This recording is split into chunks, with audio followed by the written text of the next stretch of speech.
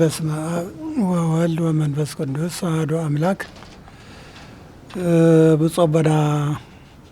አቡነ ተስፋ ስላሴ መድኅን፣ አቡነ ሼክ አደም አብደልቃድር፣ ክቡር መምህር ፓስተር ምህረተአብ፣ ክቡራን ናይ ሚድያ ነጠፍቲ ኩለኹም፣ ክቡራን ናይ እዙ ጉባኤን ዘተን ምክክር አባላት ካቢኔ ዝኾንኩም ኩለኹም ደሓን ሓዲርኩም ክብል ይፈቱ። መጀመርያ እሞ ኣብ ቀረባ መበርሕኹም ዘለኹም ደቂ ትግራይ፣ ናይ ትግራይ ፈተውቲ፣ ናይ ትግራይ ተወለድቲ ዝኾንኩም ኩለኹም እዙ ጉዳይ እዙይ ብዛዕባ ኣብ ሃገርና ዘሎ ኩነታት ዝተበላሸወ አካያይዳ ልምትዕርራይ፣ ልምምኽኻር፣ ልምዝታይ ዝተገበረ ጉባኤ ዘተ ምክክር ማለት እዩ። እዚ ጉዳይ እዙይ ካብ ዝጅመር ዳርጋ 4 ወርሒ ገይረ ኣሎ ማለት እዩ። እዚ ጉዳይ ዘመዓራርዩ እውን ብጊዜያዊ መምሕዳር ክቡር ጀነራል አቶ ታደሰ ወረደ ዝተቋቋመ 21 ካቢኔ ዘለዎ እዩ። እዚ እውን በብግዚኡ ፓርቲታት ኩሎም እናነጋገረ ይመጽኡ፣ በብደረጃኦም እናነጋገረ መጽኡ። ኩሎም ንዙ ምምኽኻር ዘተ ጉባኤ ኩሎም ፈቃደኛታት ኮይኖም ተቀቢሎምዎ አለው። አነጋገርና ኢና መጽናና ካውዚ ዝተረፈ ያው ንህዝብና እነብስረሉ ጉዳያት ጽቡቕ አካይዳ እዩ ዘሎ። ጽቡቕ መምዕራይ እናተገበረ እዩ ዝኽየድ ዘለና። አነ መጀመርያ ዝኣክል እየ ዝናገር ዘለኹ። ካብኡ ክቡር ብፁዕ አቡነ አቡነ ተስፋ ስላሴ መድኅን ሰብሳቢ እውን ናይዙ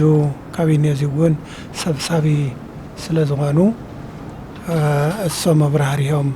ክነግሩና ይኽእሉ እዮም ሞ ናብኦም ከመሓላልፍ ይፈቱ። ብፁዕ አቡነ ክቡራንን ክቡራትን ደቂ ትግራይ ኣብ ውሽጢ ትግራይ እትርከቡ፣ ካብ ትግራይ ወፃኢ ኣብ ውሽጢ ዓዲ እትርከቡ፣ ከምኡ እውን ኣብ መላእ ዓለም ኮይንኹም ህልዊ ኩነታት ትግራይ ዘገድሰኩም ብተፈላለየ መገዲ ካብ ኩናት ዘለቐት ትግራይ ናብ ጽቡቕ ደረጃ ክትበጽሕ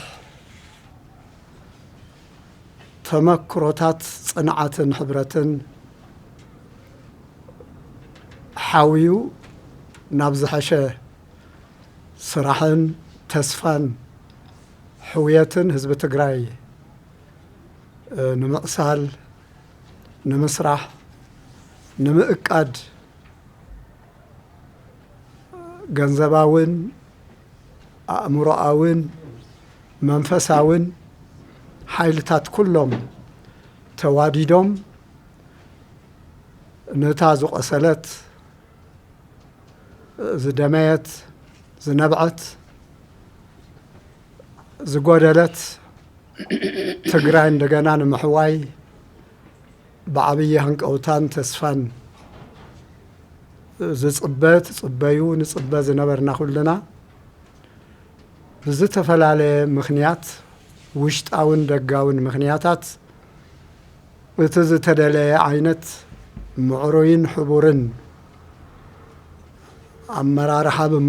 ብዘይ ምርካብ ኣብ ፖለቲካ ይኹን أبتراه نبره هيوت يخون نخلو تقراواي زخفافل عينت منفس أبزع سللو من أسيات حدشتي زولدو هسانات زعبيو قلعو ولدي سب سراح سب هفتي ترقاقيهم نتقراي أم محواي كتكرو بزح انقفاتات أبزقت أملو ساعات كوينا زخالنا يو هند زخالنا يو نافت آري كابو مقصال نتوم بوليسي أمرار حازم الكتوم بموكاس تقراي مستوم نهلو الناء زتوادعو كابزو عالم بهيوت زحلفو تسوقو اتوم أكالوم زوفايو اتوم نزونا هلونا نعمننت هيوت نمقصال زكال كله زبركتو كلهم زمنا يوو تسفان زصب يوو هيوتن እንደገና መሊስካ ትግራዋይ بفلطتو بحبرتو ታሪኩን هزيئون نودمي زلو جزيئون زهانصلو مجد تليو زخونه يكون عينت قنصي عليها بزته مخيركا حابيركا كتساقر نمكر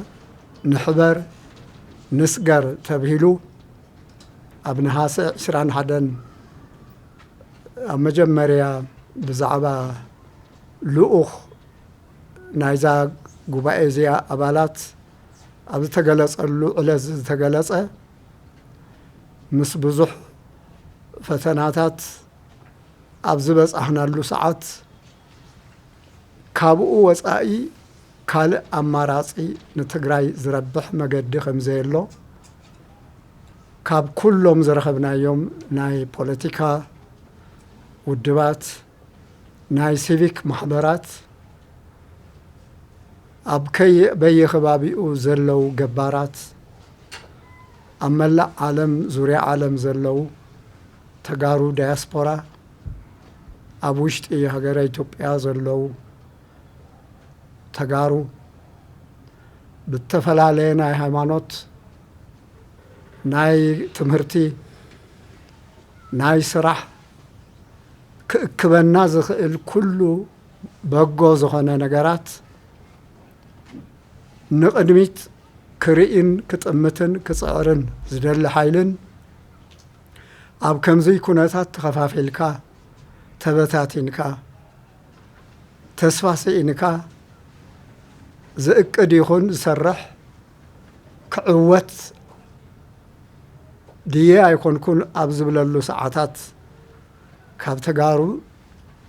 زرخبنا يو ملاش تليو ببوليتيكا كابتو ودبو يخون أبناي سيفل محبرات أملا تقراي زوكالو يخون ناي نقدي حبرة ساب يخون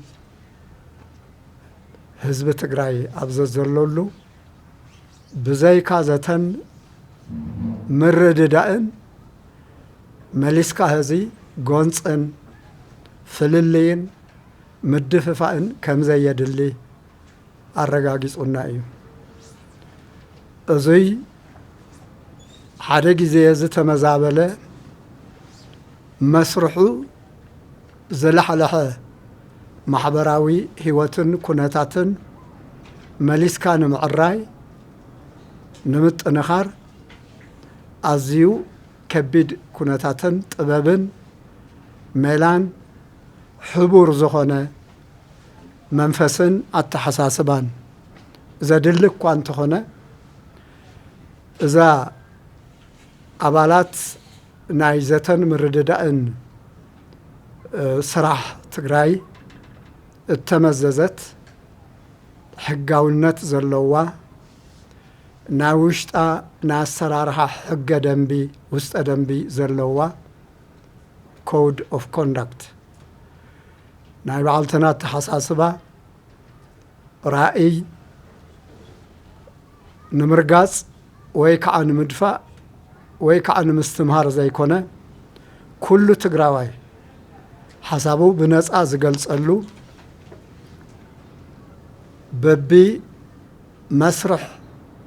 ማሕበራዊ ህይወቱ ሲቪካዊ ናይ ማሕበራት ውክልናኡ ብቶም ናይ ፖለቲካ ውድባት ውክልናኡ ከምኡ እውን ኣብ ዝኾነ ይኹን ውዳበ ዘየሎ ትግራዋይ ካብ ቁሸት ክሻብ ክልል ኣብ ውሽጢ ትግራይ ይኹን ካብ ትግራይ ወፃኢ ብዙ ሰዓት እዙይ ዝርከብ ኣካል ኩሉ ድላዩ እዙይ ስለ ዝኾነ ብተፈላለየ ዓይነት ዘጓንጽ ሓሳባትን መልእኽታትን ንሓደ ዘናእስ ንሓደ ዘዕቢ ንሓደ ዝውግን ነቲ ሓደ ዘጓኒ ዓይነት ሓሳባት ኣይርከብን ክንብል ኣይንኽእልን። ነገር ግን ካብኡ ወፂና ናብቲ ሓደ ክገብረና ዝኽእል ኣብ ትግራይ ክርከብ ዝከኣል ኩሉ ታሪካዊ ማሕበረሰባዊ ትሕዝቶኣዊ ጥበብ ሜላ ናይ እህን ምህን ሒዝካ ሰብ ነፃ ሓሳብ ዝገልጸላ ብነፃ ዝግለጽ ሓሳብ ዘይእገደላ ዘይድረተላ መሰል ናይ ባዕሉን ናይ ካልእን ክሻብ ዝሓለወ ዝኾነ ይኹን ትግራዋይ ብሓሳቡ ዘይጓነየላ ትግራይ ንምርኣይ ዘይብህግ ንእሽተይ ዓብዪ ኣሎ ክበሃል ኣይከኣልን። ነገር ግን ኣብ ኩናትን ኣብ ኣዝዩ ዘስካሕክሕ ጉድኣትን መጉዳእትን ናይ ከቢድ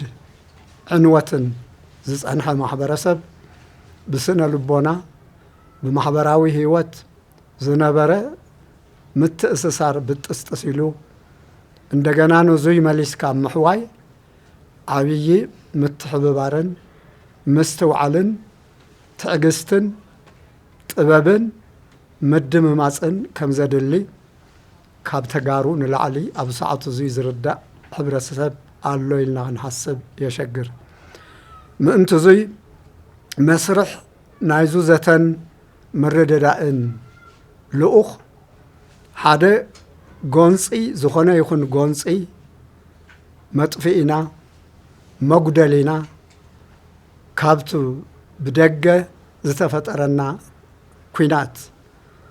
ብህይወትን ብንዋትን ዘጉደለና ዝጎድአልና ካብኡ መሊሱ እንደገና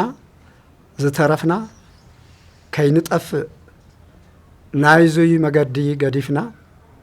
ጎንፅታት ፍልልያት ብዘተን ብምርድዳእን ብምርኣይ ኩሉ ትግራዋይ ኣብ ትሕቲ ሓደ ናሕሲ ኮፍ ኢሉ ሓሳቡ ብነፃ ዝገልጸላ ትግራይ ክንርኢ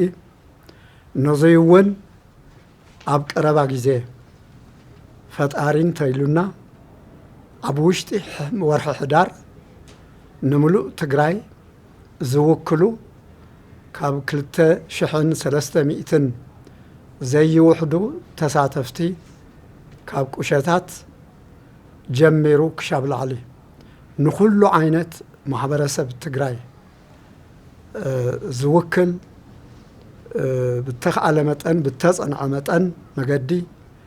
ዘሳትፍ ብክኢላታት ብዝውገን መድረክ ናይ ሰለስተ ቀጸልቲ መዓልታት ብሄራዊ ናይ ዘተን ምርድዳእን ኣጀንዳ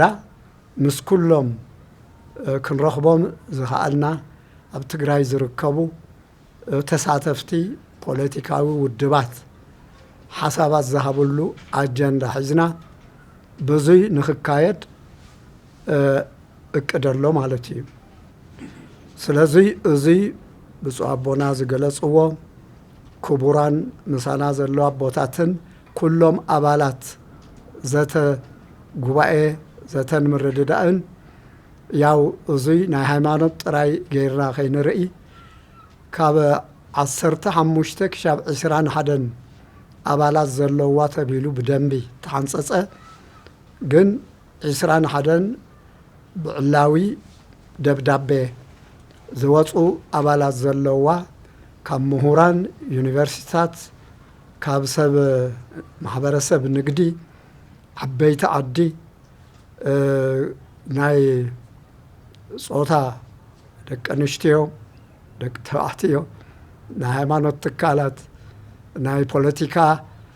ነገራት ዝደፍኦምን ዝውግኑን ገዲፍካ ሁሉ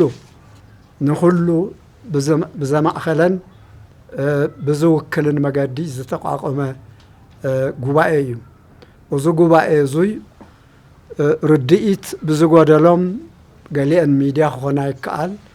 ወይ ናይ ፖለቲካ ውድባት ወይ ከዓ ውልቀ ሰባት ናይ ዕርቂ ኮሚቴ ወይ ናይ መራኸብቲ ናይ ሜዲዬተርስ ዝበሃል ዓረቕቲ ማእኸል ሒዝካ ንስኻ እዙይ ግደፍ እዙይ ግደፍ እዙይ ውሰድ ዝብሉ ዓይነት ገይሮም ዝትርጉሙ ናትና ልኡኽ እዙይ ኣይኮነን ናይ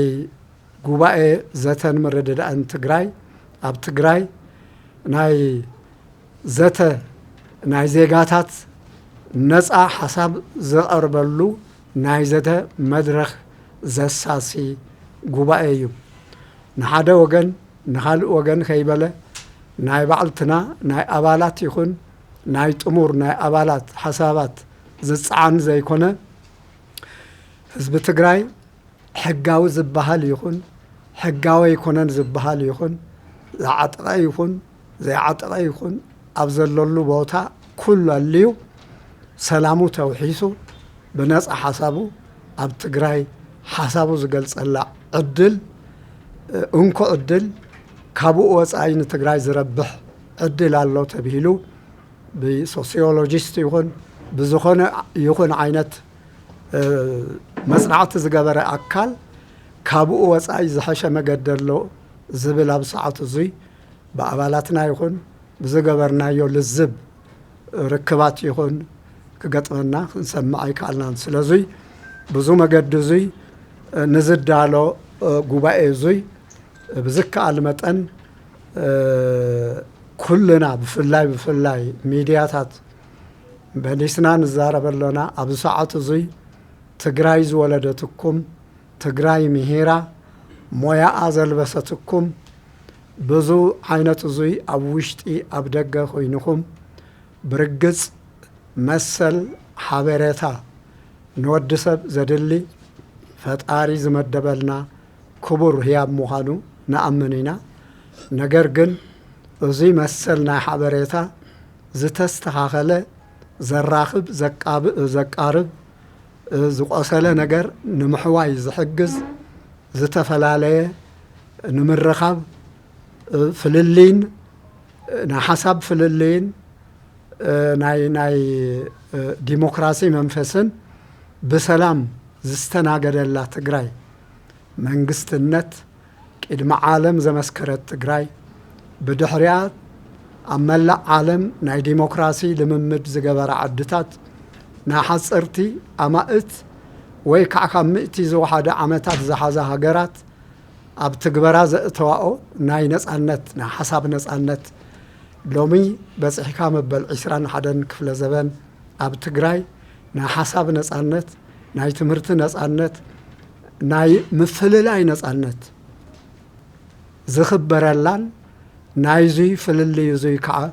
መሰል ኣነነትን ትግራዋይነትን ዘየስእነላ ትግራይ ንኽንርኢ ንኹሎም ዝድግፍ ንኹሎም ኣብ ፖለቲካ ውድባት ንዘለዉ እውን ዝምቹ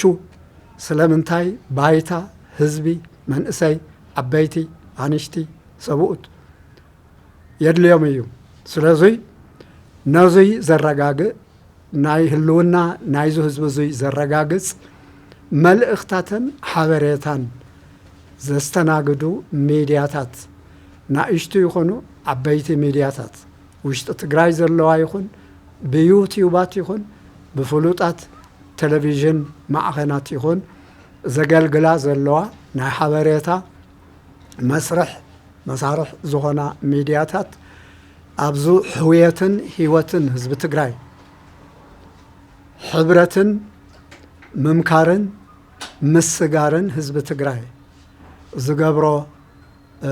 ስራሕን ኤክሰርሳይዝ ወይ ከዓ ልኡኽ ዓብይ ግደ ክፃወታ ናይ ጉባኤ ዘተን ምርድዳእን ዓብይ ዕድመ ከቕርብ ፈቱ ብስም ኩልና ስለዙይ ከዕፅረልኩም በዙይ ክሻብ ዙ ሰዓት እዙይ ምስ ኩሎም ብዝገበርናዮ ርክብ ልዝብ ብጣዕሚ ዘተባብዕ ናይ ዘተን ምርድዳእን መገዲ እንኮ መውፅኢ ትግራይ ምዃኑ ብዝኾነ ይኹን መልክዕ ናይ ፖለቲካዊ ድባት ሓደጋ ወይ ትረት ዘይኮነ ተጋሩ ብደገ ብውሽጢ ዘሎና ፀገማት ንምብዳህ ንምፍታሕ ሕብረት ስለ ዘድልየና ሓቢርካ ግራትካ ሓቢርካ ሕርሻኻ ሓቢርካ ኢኮኖሚካ ሓቢርካ ድሕንነትካ ሓቢርካ መንነትካ ሓቢርካ ትምህርትኻ ሓቢርካ ናይ ቅድሚት ክንነብሮን ንምነዮ መንእሰይና ዘለዎ ፍልጠትን ዘለዎ ራእይን ባህግን ሓቡር ኮይኑ ንቅድሚት ዝነብረሉን ዝእቅደሉን ትግራይ ናተይ ዓዲ እያ ካልእ ዓዲ የብለይን ዝብል መንፈስ ዘሕድረሉን መገዲ ዝፈጥር ጉባኤን ልዝብን ሓሳብን ስለ ዝኸውን ነዙይ ሚድያ ስለ ምርድዳእ ስለ ዘተ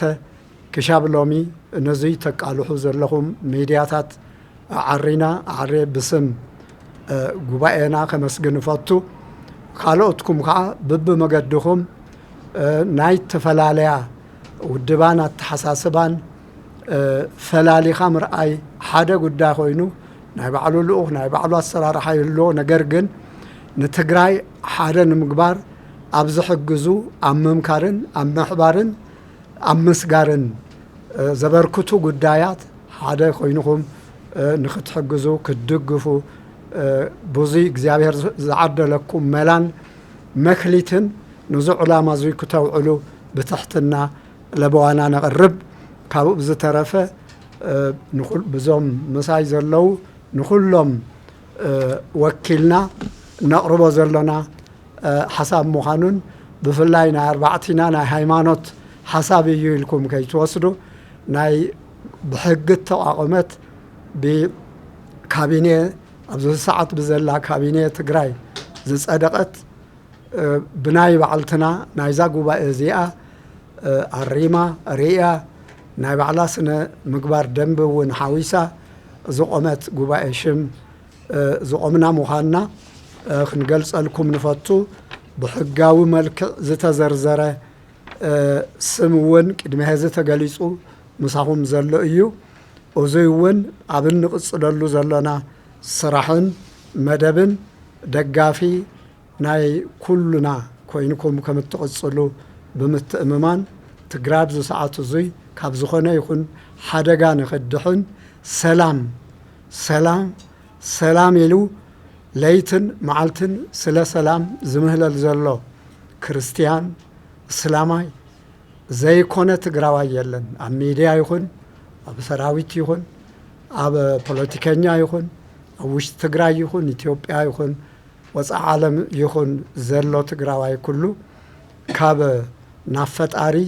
ብዙ ሰዓት እዙይ ዝምህለለሉ ዘሎ ቁፅሪ ሓደ ጉዳይ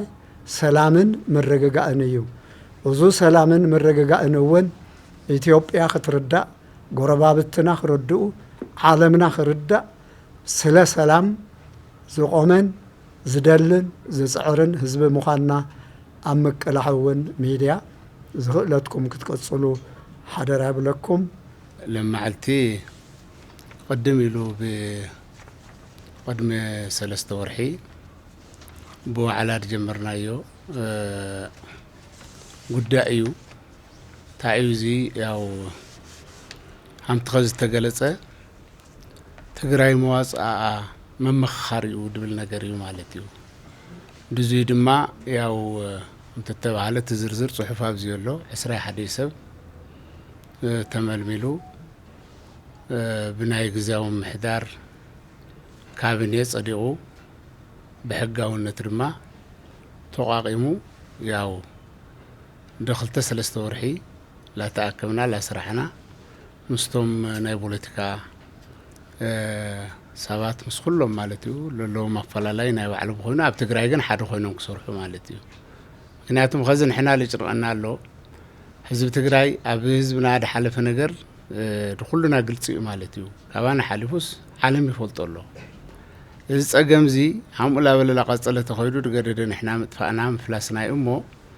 نما خاخر بالحسابي مالتيو لازم خكر زي ما كلهم دام ياو دانا قرنا يوم سوات دقي فمس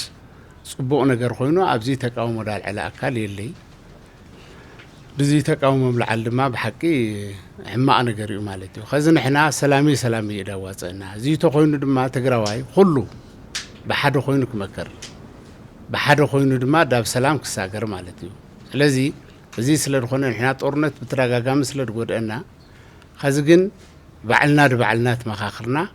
خم غيرنا كنسجر بالحسابي وبسفح جلس أمبلو توم ناي تزي بومبر بريزيدنت رخونو أو نتصفى سلاسة جلس أمو يوم بتعرفنا جريلن بفلاي مدياتات هم تبهله صبوا راح تصرح لكم تجراي تحجز نجر قص علم سانا خوينكم تصرحوا تحجزونا على السلام زوريا مالتيو أو ببخلتيو سبب للو خلت تحجز زي كنا حلفوا لنا مالتيو إننا زي سلر خنا وصلوا له حزبنا له أو استعدلوا له حزبنا له حد خوينه مخرو أبز ما جرى شحدار تزاتك نجبرينا كنجبر كلنا خزن إحنا كل تجرى واحد خوينه مالتيو بزعبات تجرى حسوس سلام جبر مالتيو زي سلر خنا نحنا هم تتوهله دعركة دجزع مزعتي خوني دزتي بقى دمخكر مالتيو دمخكر خزب زي مني تسألي مني تقوانيتو نحنا سيو خوني تسرحنا تقراوي جن حد خوينك مكر هم غير مواص أنا استعيلك مكر مالتي كود ما عب تقراي يخون كاب تقراي وسعون زلهم كلهم تجارو كمتي بكبر سبسابينان كاروت بس أنا بتاعت خجلت صنحة زناي جواء زتن مردان كم تخبها لصنحة بحجاونة ملكعو بكابينة صديقو حقاونتو لعمان عمام توهي ودما نخسرح استمسرته حقاوي سون زلو أكاليو زيلو دما بحثي كمتي خبال صنحة تي وانا مبقسي حساب تدير زلو زتا زبليو سلازي كم جرح عينتون نزاتويك عن نمكر كاو مخيرنا دما نحبر حبرنا دما مواصئنا على لينا نساجر زبل علامة زلوي كم زفلت بزحات كنساجرهم زي خالنا كنساجرهم زليونا بزح راح لخاص لنا يخنو تاتينا زلنا بعد فيلمات الحرتي نايس أنت كوينات دحريون ونزغص زلو خناتنا دحرينا بعد في أفتناي حدنتنا أفتناي سلامنا بوزح نجار نتناجعن نتوتأسنان بزح في الله نتفترن زخلو خناتات الله زي أبجمز زقتوه بحلف دماء أتي خمسرات كله بحقي حزوه زحازو لعماتات اللو حدث نوارا وخناتات أبجمز زقتوه يو كناتاتنا الزخناتات هذا محارن تأيو سلام زملكتيو أب سلام أب حدنتنان أب حوارا وزخنا أجندنا ربحنان كنا نصرلو نخللو زي زيتينان معيدنان تمعيدنان إهين مين تبعيدنان دما مواصعنا كنا ناديلو نخل كناتات نمنصارن نزي ነገር زي نمسرحنيو وانا نجت تمسريت زرلو معناتيو ስለዚህ سلام عرخندي الله يخم مخانو نفلطينا سلام دما حزي زلينا بحلفي اب كاب دغز مصنا طرحزي خونه اوش صنا سلام اب حدنا سلام اب بوليتيكانا سلام امنا ابرونا اب كله سلام انطلبلو غزي يزلو ስለዚህ ካብ ኩናትን ካብ ምርጻምን ካብ ምጽላእን ወጻኢ ወጺና ኣፈላላየትና ከም ዘሎ ኮይኑ ከምተ ቦታት እውን ክብሉ ፀንሑ ንምትዕራቕ ዘይኮነስ ግን ኣፈላላይ ናይ ፖለቲካዊ ውድባት ሓደ ንምግባር ኣይኮነን ወይ ከዓ እዚ ግደፍ ግደፍ ዘይኮነስ ሓበራዊ ክገብረና ዝኽእል ነገራት ኣብኡ ምዝታይ ኣብ ሰላምና ክውሕስ ዝኽእል ውሕስናና ክረጋግፅ ዝኽእል ካብኡ ሓሊፉ እውን ሓድነትና ክረጋገፅ ዝኽእል ሓድነት ስቕ ኢሉ ይመፅን እዩ ሓድነት ኣብ ኣጀንዳ ኣብ ረብሓታት ክንዛተ ከለና ክንፅር ከለና እዩ ሓድነት ክመፅእ ዝኽእል ስለዚ ኣብቶም ኩላትና ክንፈላለየሎም ዘይኽእል ሓድነትና እንታይ እዩ ኢልና ምንፃር ኣብኣቶም ክንዓምም ኣብኣቶም ድማ ሓቢርና ናብቲ ዝምልከተና ነገር ወይ ከዓ ናብቲ ንምንዮ ነገር ክንሳገር ብሄራዊ ረብሓታትናን ኣጀንዳታትናን ምንፃር ኣብዚኣቶም ዝመሰሉ ነገራት ዘተ ንምግባር እዩ ብዋንነት እዚ የተመስረተሉ ዕላማ ካብዚ ተበጊስና እውን ከምቲ ብፀበና ኣካባቢና ክብልዎ ዝፀንሑ ምስ ብዙሓት ኣካላት ብሕልፊ ድማ ምስ ናይ ውድባት ፖለቲካ ምስ ናይ ሲቪክ ማሕበራት ዝምልከቶም ኣካላት ኩሎም ብኩሉ ዝከኣል ኣብዚ ይኹን ካብ ትግራይ ወፃኢ እውን ዘለው እናተዛተና መፂና ኢና ኣብቲ ኣድላይነት ዝምልከት ከምቲ ክበሃል ፀንሐ ትግራይ ኣብዚ ሕዚ እዋን ዘተን ምርድዳእን ከም ትጠልብ ዘመላኸቱናን ኩላቶም ከም ዝድግፈዎም እውን ኣውንታዊ ዝኾነ ምላሽ ከም ዝሃቡና ኢና ረጋጊፅና ዘለና ስለዚ እዚ ንሕና ተመስሪትና ዘሎ ዕላማ ብዋንነት ድማ እቲ ኣጀንዳ ምንፃር ዝምልከት ንሕና ንቆርፆ ዘይኮነስ ምናልባት እዚ ነገር እዚ ንምግላፅ እውን ክሳዕ ሕዚ ተኸይዱ ነገራት እንታይ እዮም እንተኢልና ሓደ ምስቶም ዝምልከቶም ኣካላት ናይ ፖለቲካዊ ውድባት ይኹኑ ናይ ሲቪክ ማሕበራት ዝተፈላለዩ ኣካላት ኣብቲ ዘተን ምርዳእን ዝምልከት ስልጣናታት ተዋሂቦም እዮም ብፍሉጣት ዝኾኑ ሰባት ተዋሂቦም እዮም ጠቃሚ ዝኾነ ካብኡ ሓሊፉ እውን ኣጀንዳ ከመይ ይቕረፅ ዝብል እውን ኣብ ቀረፃ ኣጀንዳ ዝብል እውን ስልጠና ተዋሂቡ እዩ እቲ ናይ ምቕራፅ ኣጀንዳ ዝብል ግን ንሕና ከም ጉባኤ ዘተን ምርዳእን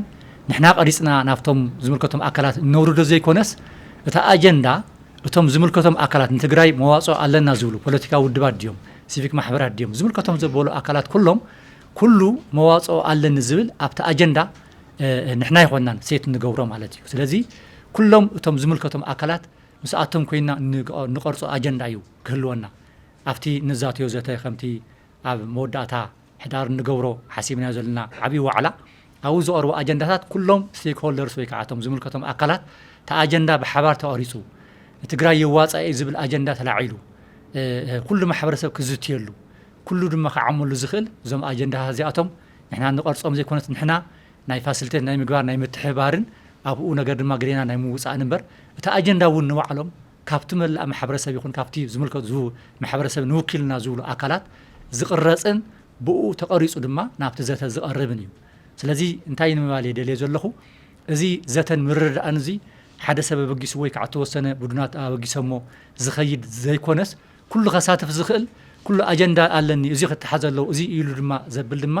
ኩሉ ሓሳቡ ክገልፀሉ ዝኽእል ኣጀንዳ እውን ክቐርፀሉ ዝኽእል ኣጀንዳ ቆሪፁ ድማ ናይ ሓባራዊ ዝኾነ ኣጀንዳ ሒዙ ክንመኽረሉን ክንሓብረሉን ሓቢርና ድማ ክንሰግረሉ ንኽእል ነገር ነቕምጠሉ እዩ እሞ ስለዚ እቲ ኣድላይነቱ በዚ መልክዕ እዚ ኢና ክንግንዘቦን ክንሪኦን ንኽእል ከምቲ ዝበልክዎ ኣድላይነቱ ኩሎም እናተቐበልዎን ኩሎም ድማ እናደገፍዎን ዘለዉ እዮም ኣብቲ ከይታት ኩሎም እውን እናሰርሕሉ ዝኽእሉ ዘለዉ ነገራት ከም ምዃኑ ክግለፅ ከም ዝፀንሐ ንሱ እዩ ዘሎ ስለዚ ብሓፈሻ ጥቕልል ብዝበለ መልክዑ ትግራይ ኣብዚ ሕዚ እዋን ብሓይሊ ብረት ብኩናት ንንሕድና ብምግባር ብምግጫው ዘይኮነስ ኣፈላላይና ከም ዘለዉ ኮይኑ ግን ኣብ ሃገራዊ ረብሓ ኣብ ሓበራዊ ኣጀንዳና ኣብቶም ሓደ ክገብሩና ዝኽእሉ ይህን ምሂልና መኺርና ሓደ ኮይንና ሓድነትና ድማ ብምኽርን በቶም ሓደ ክገብሩና ዝኽእሉ ኣጀንዳታት ኣልዒልና ብዘየዳግም ኣብኡ ተስምምዕነትና ኣንቢርና ክንሰግረሉ ንኽእል ሓድነትና እንደገና ኣውሒስና ናይ ምድርዳር ዓቕምና ድዩ ሓይልና ድዩ ተበታተነ ነገርና ኩሉ ተኣኪቡ ናብ ሓደ ሓይልና ንወፀሉን ክንሳገረሉን ንኽእልን ባይታ ምንፃፍ እዩ እሞ ዘተን ምርዳእን እዚ ዓብዪ ዓቕሚ ዝኸውን ኣብ ቅድሜና ዘለና ስራሕቲ ክንዓመሉ ንኽእል መሳርሒ ኮይና ክንጥቀመሉ ንኽእል እዩ እሞ ነዚ ድማ ኩሉ ሕዚ እውን እስካዕቲ ንገብሮ ዘተታት ድዩ ንቅድሜና ዘሎ ኩሉ ክድግፍን ብሚድያ ድዩ ሚድያ እውን ናይ ባዕልኩም ዝኾነ ኣብ ዘለኹም ይኹኑ ካብ ካሊእ እውን ዘለኹም ነዚ ዘተዚ በዚ ነገር እዚ ተረዲእኹም ኣውንታዊ ዝኾነ ፅልዋን ናብ ሓድነትን ኣብ ኣጀንዳና ንቐርፀሉን ናብ ሓድነትና ክንዓመሉ ንኽእል ናብ ሓድነትናን ሰላምና ክንረጋገአሉ ንኽእል ነገራት ከምፅእ ዝኽእል ነገራት ደጋፋይ ብዝኾነ ተራ ክትፃወቱ ጻውዒታይ እናቀረብኩም እዚ ነገር እዚ ዓብይ ተስፋ ዝተገበሮን ህዝብና እውን ጽብየ ዘሎ እዩ እሞ ኩሉ ድማ ኣብዚ ነገር እዚ ከዓምም ጻውዒትና ክነቀርብ እንደሊ ብስም ጉባኤ ዘተን ምርዳእን ኩሎም ኣባላት ጻውዒት ከቀርብ ይደሊ ያቅነለይ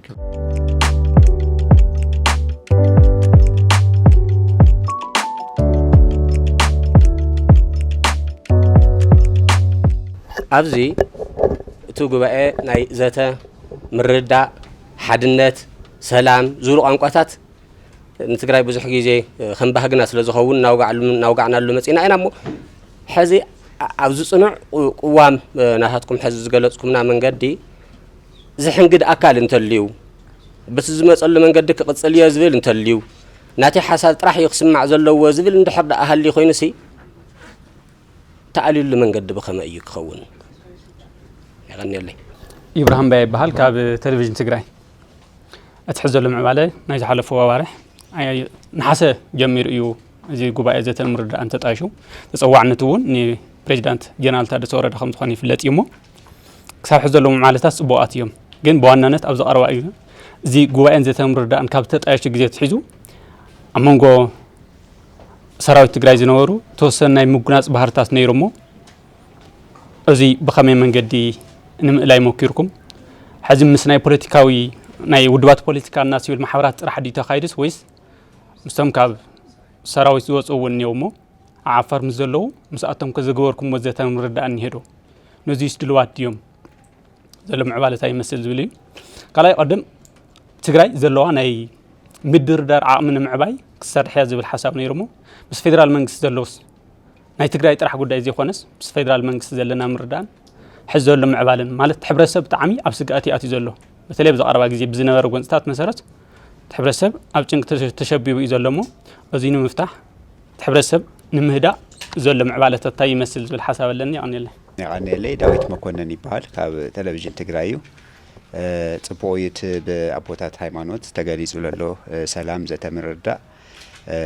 ወሳኒ እዩ እቲ ና መጀመርያ ሕቶ እቲ ዘተይ ምርዳእይ ሃም ተጋሩ ኣብዚ ኮይና ተጋሩ ለለና ኣብዚ ፖለቲከኛታት ክኾኑ ይኽእሉ ዝተፈላለዩ ክፋላት ሕብረተሰብ ሃም ተጋሩ ውሽጥና ክንፈትሖ ኢና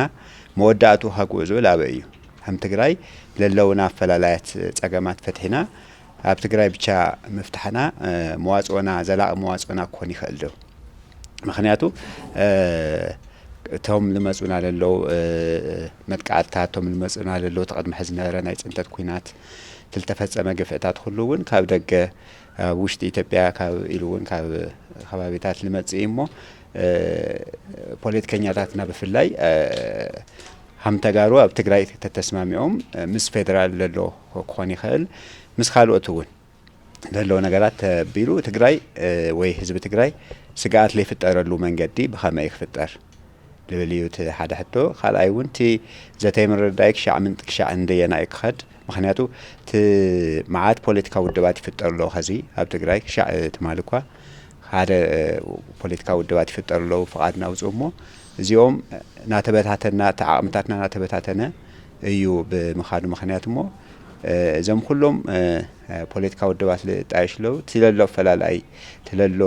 ብዝተፈላለዩ ምክንያት ካብ ትግራይ ዝወፁ ኣዲስ ኣበባ ዘለው እዮም እሞ ልዚኣቶም እውን ዝሓውስ መንገዲ ድዩ እቲ ዘተይ ምርድዳእይ ዝብል እዩ ብሓፈሻት ዘላቒ መዋፅኦ ክኾን ዝኽእል ዝብል እዩ ይቐኒለይ ባህል እንከሎ ዘተን ምርዳእ ንዝኾነ ይኹን እዋን ጠቓሚ እዩ ዘተን ምርዳእን ንዝኾነ ይኹን ብሄራዊ ምርዳእ ክህሉ ጉቡእ ኢልካ ክውሰድ ይከኣል እዩ ሕዚ እቲ ግጭት ኣብ መን እዩ ዘተ ኣብ መነመን ኣብ መንጎ መን እዩ ዝብል ነገር ግን ንፁር ነገር ኣይኮነን መነመን እዮም ቶም ተዛተይቲ ዝብል ነገር ሕዚ ህዝቢ ትግራይ ከም ህዝቢ ብሄራዊ ኣፈላላይ እንተደኣ ሃልይዎ ኮይኑ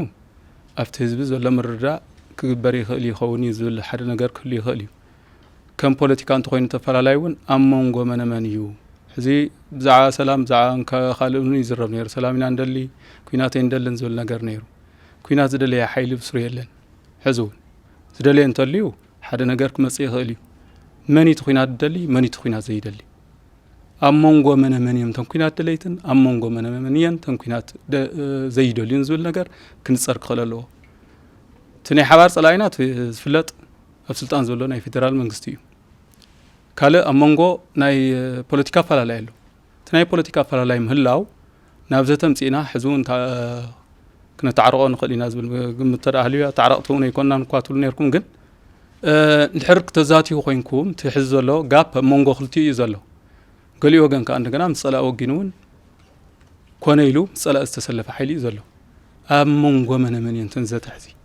ጉባኤ ዘተን ምርድዳእን ብዛዕባ ሰላም ዝኣበየ እንተልዩ ብኸመይ ተኣልዩ ዝብል ሕቶ ዝኣበየና ስለ ዘየሎ ኣየድልን ኣይንደልን ዝበለና ስለ ዘየሎ ነዚኣ እንተ ንዝብል ነገር ከዓ ንዘይገጠመና ነገር ሃይፖቴቲካል መልሲ ክህብ ስለ ዘይምቹ ዝኣበየና የለን ኢለ ክሕፅራ ደስ ይብለኒ ብዘይካ ናይ ዘተ ምርድዳእ ካልእ ዝሓሸ መገዲ ኢሉ ሓሳብ ዝገለጸልና ኣብ ዝገበርናዮ ቀጥታዊ ርክብ የለን ክብል ይኽእል ካልኣይ ኣብ መንጎ ሰራዊት ዝተፈጠረ ብዓፋር ዘሎ ብውሽጢ ዘሎ ዝብል ነዚኦም እውን መጀመርያ እታ ዝበልናያ ንሕና ናይ ዕርቂ ኣደራደርቲ ኣይኮናን ዘተን ምርድዳእን ዘድሊ እቲ ኣፈላላይ ዘቕረበ ኣካል ባዕሉ ኣብ ኣፈላላይን ኣብ ሓደ ዝገብሮ ነገርን ዘቕርቦ ኣጋጣሚ ምፍጣር ስለ ዝኾነ ናይ ብሄራዊ ናይ ዘተን ምርድዳእን ጉባኤ ዕድል ንዙይ ከስተናገል ይኽእል ዝብል እምነት ኣለና ብወገን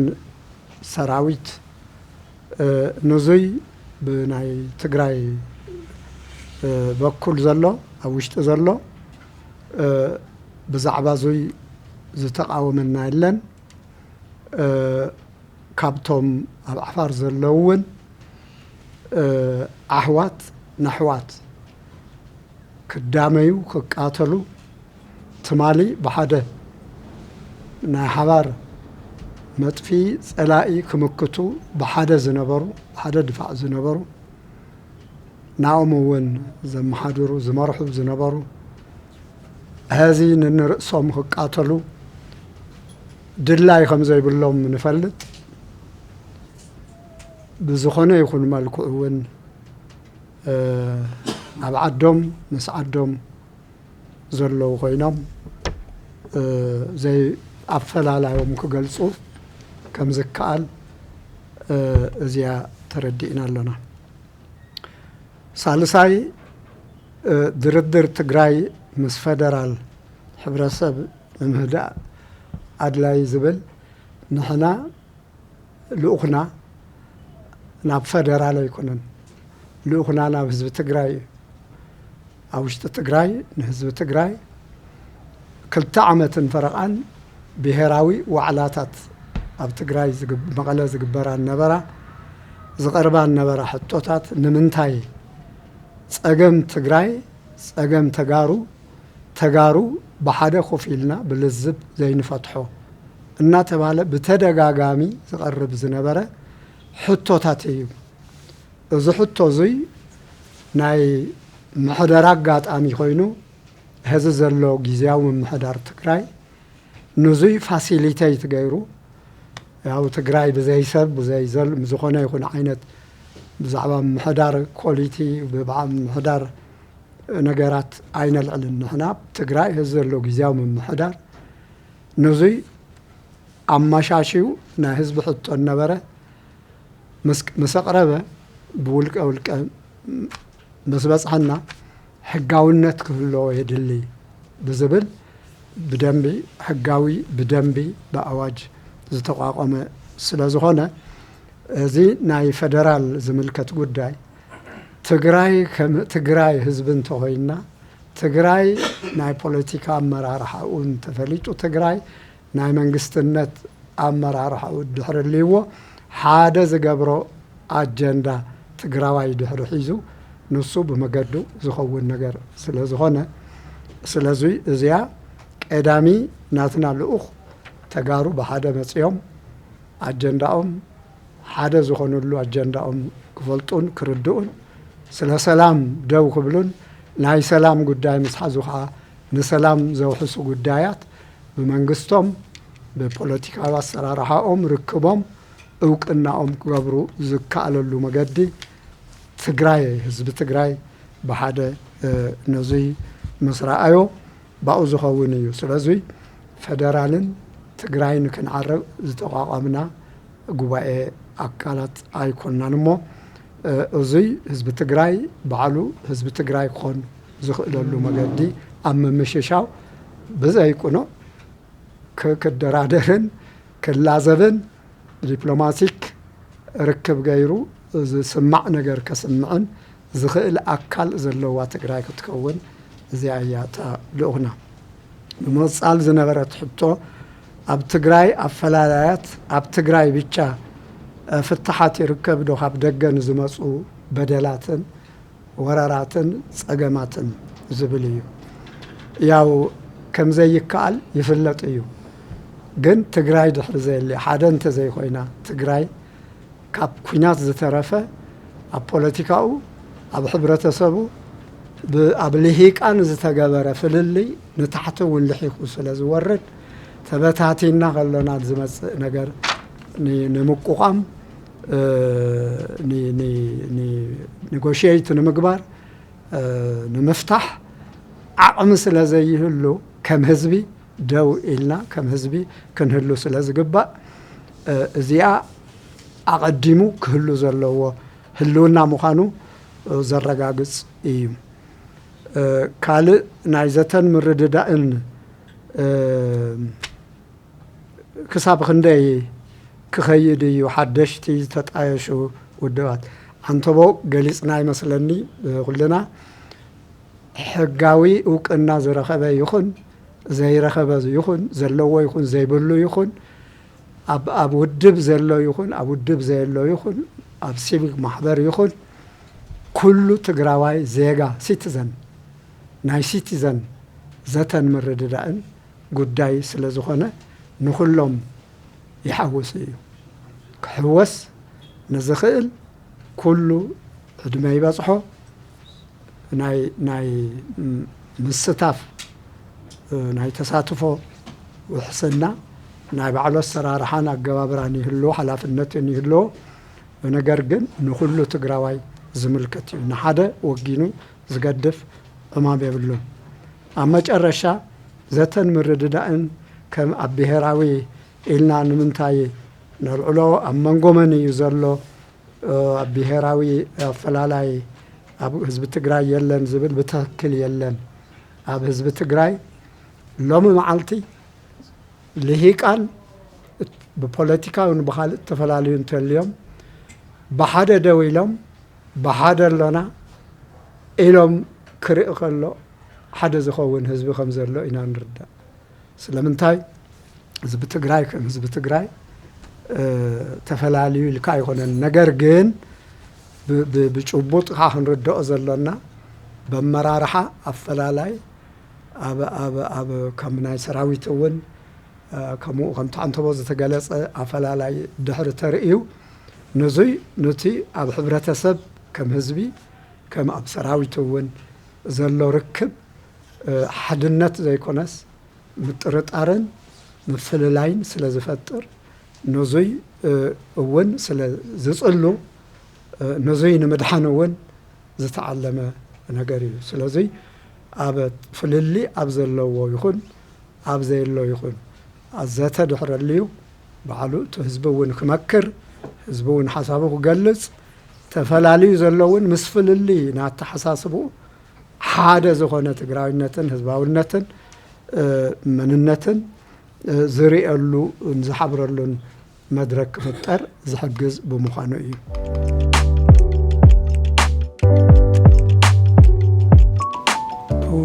ጉዳይ ያው አባታት ከም ተናገሩ እዩ ጉዳይ እዚ ዘገድደና ዘሎ ናይ ሃገር ጉዳይ ስለ ዝኾነ እዩ። ትግራይ ከም ንፈልጦ ናይ ትግራይ ኣቦታት ከም ዝበኸዩ ኩላትና ንፈልጥ ኢና። ናይ ትግራይ ነታት ከም ዝቆዘማ ከም ዝበኸያ ንፈልጥ ኢና። ትግራይ ብዙሕ ወጣት፣ ብዙሕ ምሁር፣ ብዙሕ ጅግና ከም ዝሰኣነት ይፍለጥ እዩ። ካብ ሓደ ገዛ 2 ካብ ሓደ ገዛ 3 ካብ ሓደ ገዛ 4 ወፂኦም ኣብ በረኻ ዝተረፉ ብዙሓት እዮም። ካብ ዝገርም ናብዚ ማእኸላይ ከባቢ 4 ደቆም ሰዲዶም ብ4ኦም ተሰዊኦም እንደገና ነቶም ወለድ እውን ሻዕብያ መፅኡ ቀቲልዎም ገዛ ተዓፅዩ ናብ ዑና ተቐይሩ ከርድኡ ናይ ደቆም መስዋእቲ ከርድኡ ዘርድኡ ሰባት ተመፁ ገዛ ተዓፅዩ ናበይ ደኣ ኸይዶም ኢሎም ተጠየቁ። ሳቶም ተሰዊኦም እኮ እሞ ናይ ደቆም መስዋእቲ ክነርድኦም ድኽናይ መፂና ነርና እሞ የለውን። ተመልከቱ እዚ ችግር ዝፈጠሮ 6 ቤተሰብ ካብ ሓደ ገዛ እግዚአብሔር የሪእኩም ኩራን። ትግራይ ከምዚ ዝመሰለ ግፍዒ በፂሕዋ እዩ። ትግራይ ኣብ ዓብዪ ኣደጋ እያ በፂሓ። ቀደም ሲል በመንግስቱ ኃይለማርያም በደርግ ጊዜ አብዮት ልጆችዋን ትበላለች ዝብል ጭርሖ ነይሩ። አብዮት ልጆችዋን ትበላለች። አዝውን ትግራይ ናብ ድሙ ተቀይራ ደቃ እናበልዐት ክትነብር አይግባእን።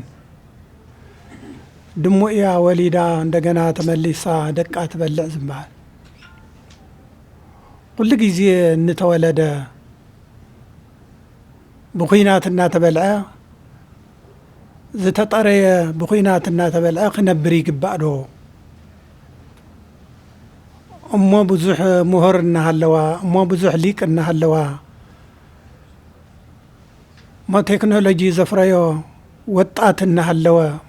ብዙሕ ሓሳብ ዝገልጽ ብዙሕ መዋጽኦ ዝፈጥር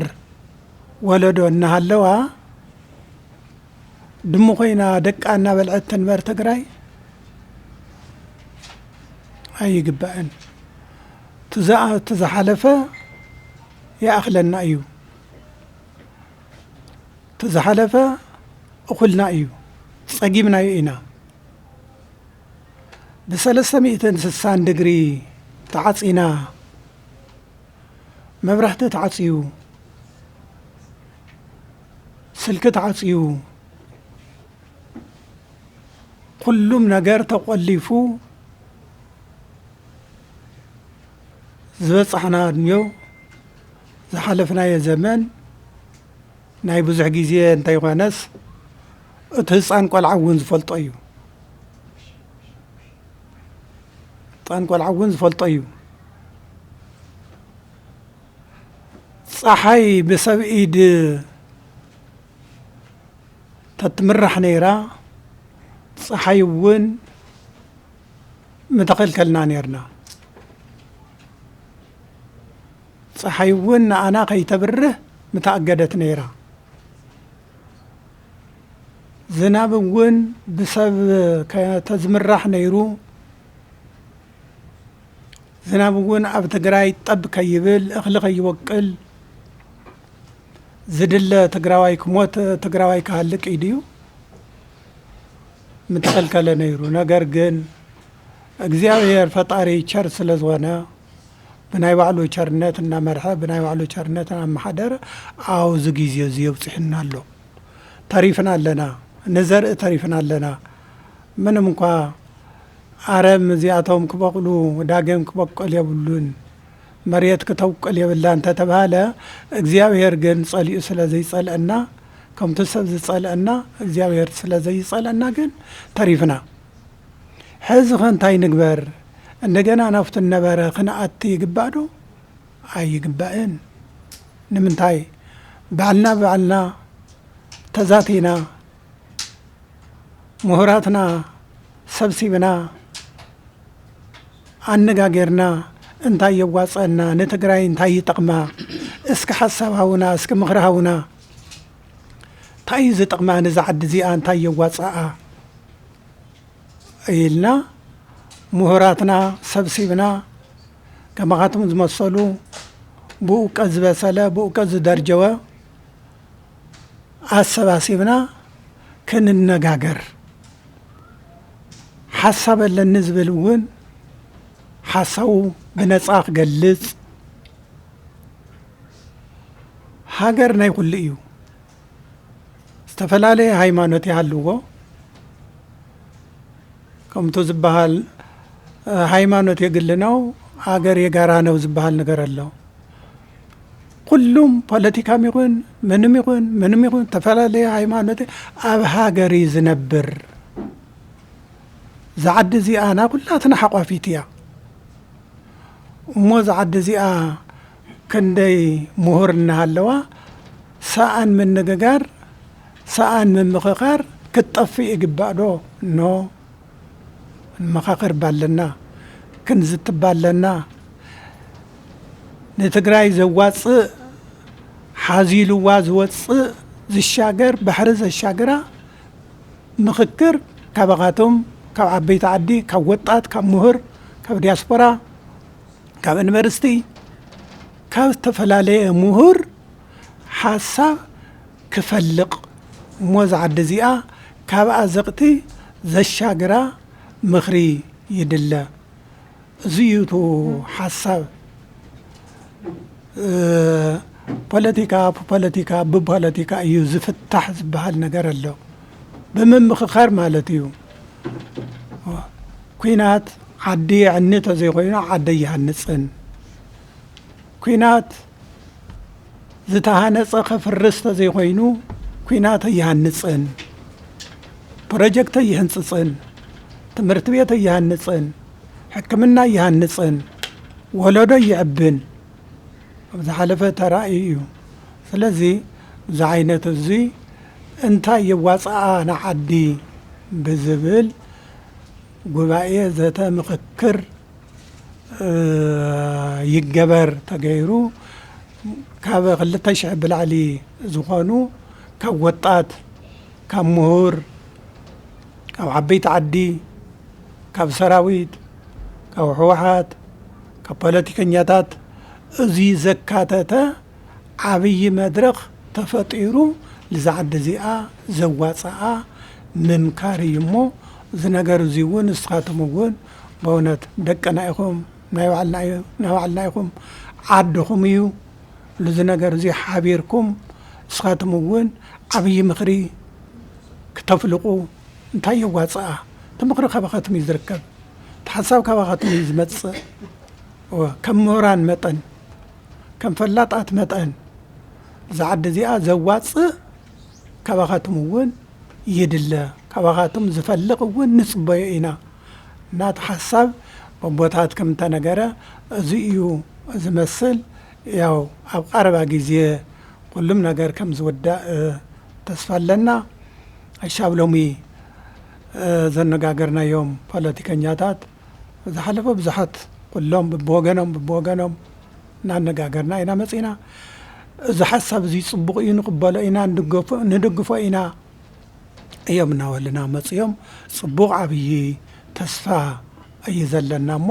እስኻትኩም እውን ናይዚ ተስፋ እዚ ተሳተፍቲ ኮይንኩም ንኽትግነዩ ብእግዚአብሔር ስም ኢና ፀውዒትና እነቕርብ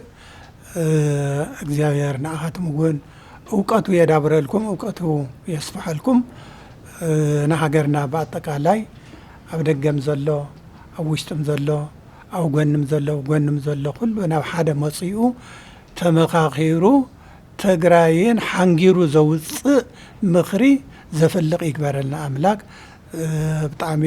ድጋሚ ስለሰማዕኩምኒ እየ እናገር ብዘይ ንግግር ብዘይ ምምኽኻር ናይ ጸማማ ደርፊ እዩ ዝኾነና